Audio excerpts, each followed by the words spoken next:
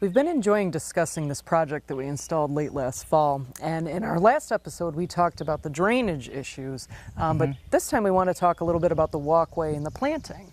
So this is kind of a unique walkway, the way it slopes up like this. Why don't you tell me a little bit about why you designed it that way? Well, a couple things is, one is, to build this whole area along the house up, we put the walk up quite high, and we were able to go right over the top of the existing little stoop that was built. Great. The concrete. In fact, it kind of gives you a little straight, it makes the curve look a little funky because of what we had to follow, but it gets that whole elevation up. Right. And of course, when we got to the other end, we just gradually sloped this entire walkway right down to the driveway so we could avoid any steps. Sure. And that's one of those things, if we can avoid steps wherever we can, especially aging populations, they don't like steps. Right. We can help it. And it's got a slight pitch to it, but it feels very natural and very smooth when you walk up it. Yeah, and actually the visual, it stands out and looks a little better too. Yeah. So.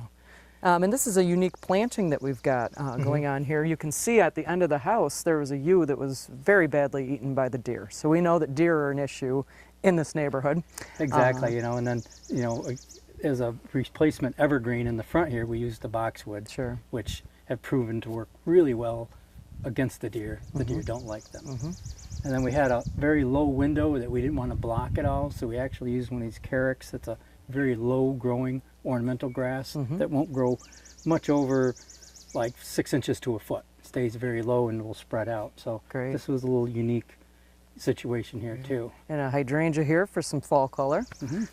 And then this planting is really neat down through here because this is a pollinator garden. Yes, I mean the client wanted a pollinator, bee, butterfly friendly garden. Sure. So there's it's early in the season and some of those things are just barely starting to come up. But there is a nice mixture here. Anything from I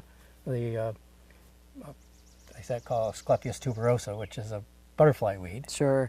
It's the monarchs will eat it, plus it attracts the butterflies. So, and a lot of these other things at different times of the year, the bees, butterflies just love them. Yeah, the liatris and the coneflowers. And it's a nice mix in here, and it'll be really pretty once it gets blooming.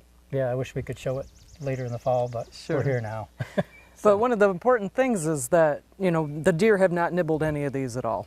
So we really just made sure that we picked varieties that they won't touch. And that will be successful as summer goes on.